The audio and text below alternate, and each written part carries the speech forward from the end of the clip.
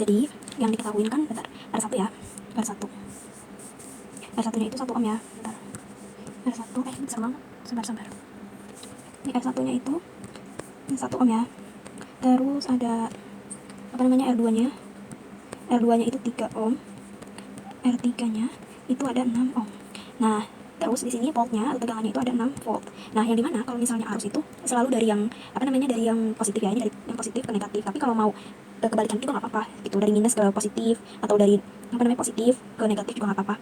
Nah, berarti kan gini ya, arahnya tuh, arusnya tuh ini, kita pakai merah biar kelihatan.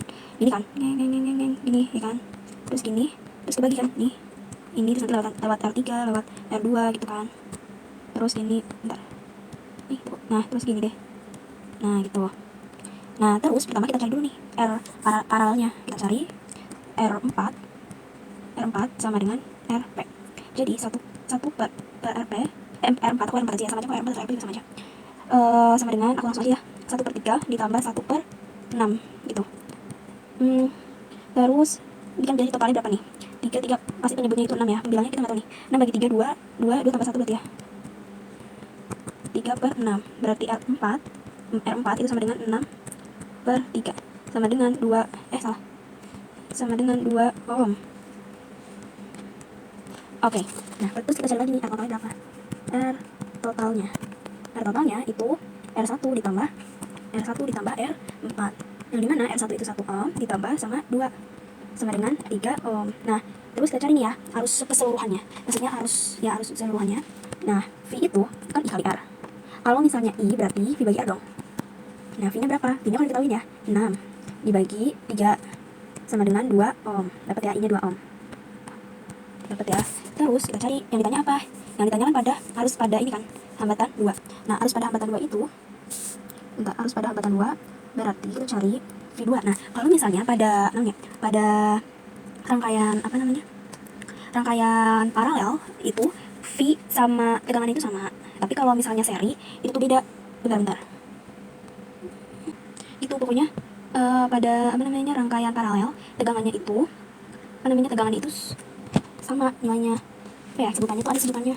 Tadi aku cari dulu filenya. Udah lama banget ini, bentar. Oh, ini ada. Nah, ya kalau misalnya paralel itu berarti, kalau paralel ya berarti V2 itu, kalau rangkaian paralel ya kan ditanyanya, terus jadinya kan arus ya, berarti I berapa nih, I2 aja.